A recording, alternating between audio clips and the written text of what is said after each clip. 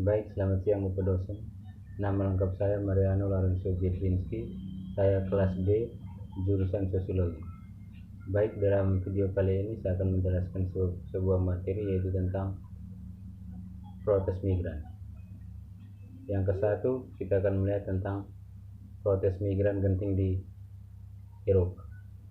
Protes migran telah menjamur di seluruh dunia dalam dua kali terakhir secara eksplisit mengajukan pertanyaan tentang identitas, hak, dan kesetaraan di dunia yang mengglobal.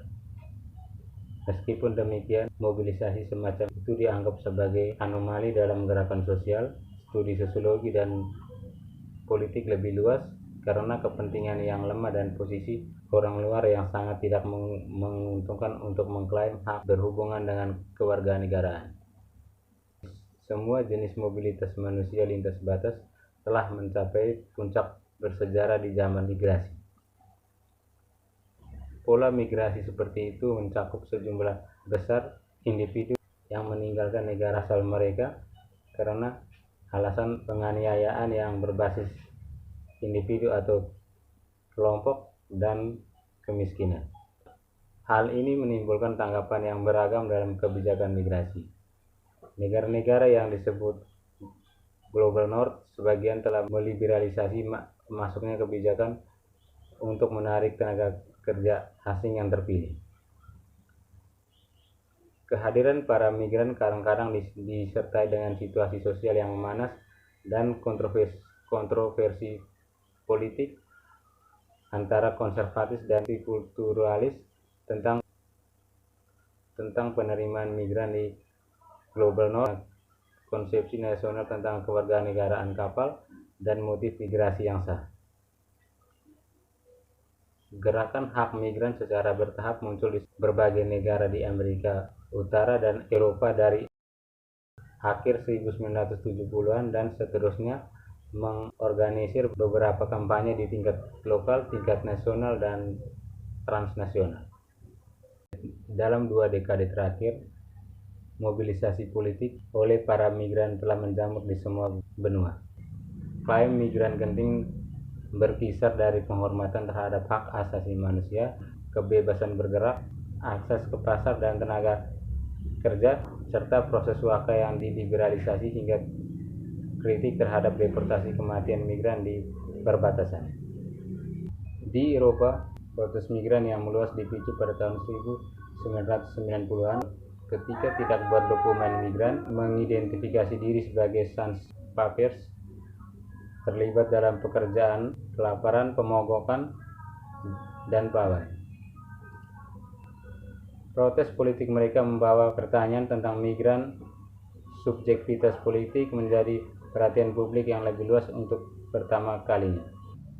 Dengan aksi radikal seperti mogok makan, menjahit bibir, mogok kerja, dan kem jalanan, serta pawai jarak jauh, para migran telah meninggalkan tempat asal mereka di pinggiran masyarakat dan menyuarakan klaim atas hak dan pengakuan. Poin yang kedua yaitu tentang protes migran berteori. Yang pertama kita melihat yaitu tentang perspektif mikrointeraksi dan spasial. Banyak migran telah memilih untuk tidak bersembunyi di bayang-bayang dan telah mengklaim politik yang dimunculkan dengan menggunakan cara-cara yang mengganggu seperti mogok makan. Meskipun status mereka genting, bagian besar konteks bermusuhan dan terbatas modal sosial dan budaya sebagai pendatang baru dalam masyarakat atau tuan rumah, genting migran memiliki relung yang disesuaikan berorganisasi secara kolektif melawan segala kemungkinan. Namun konteks yang membatasi dan interaksi pemain yang kontroversial dengan kepentingan yang bersaing telah membuat mobilisasi menjadi genting dan rawan untuk fragmentasi.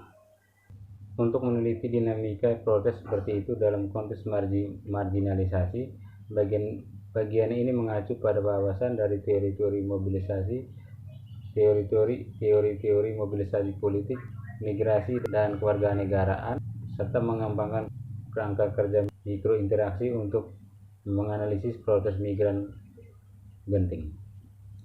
Perspektif seperti itu menarik perhatian khusus pada pengalaman hidup para aktor yang terlibat, praktik interaktif, dan pengaturan spasial.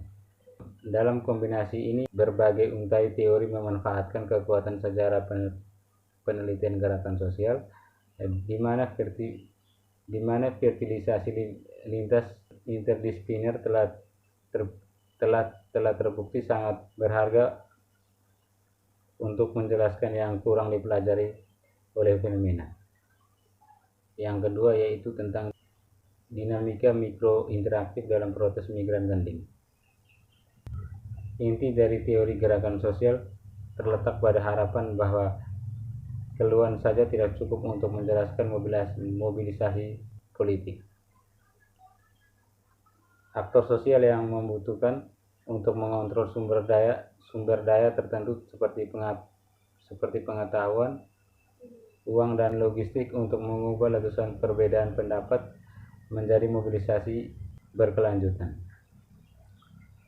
Pada tahun 1970-an, para pendukung dari teori mobilisasi sumber daya untuk gerakan sosial telah berpendapat bahwa jaringan menyediakan sumber daya penting untuk pelaku gerakan sosial. Sastra gerakan sosial sejak saat itu secara luas menunjukkan bahwa sumber daya tertentu seperti rekrutmen, uang, dan kepercayaan sangat diperlukan untuk mengubah percikan perlawanan menjadi berkelanjutan mobilisasi. Selanjutnya, poin yang ketiga yaitu migrasi yang bertentangan dalam konteks.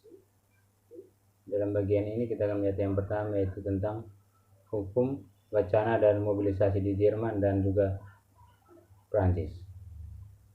Protes tidak muncul dalam ruang hampa, tetapi sangat dibentuk oleh sosiopolitik konteks.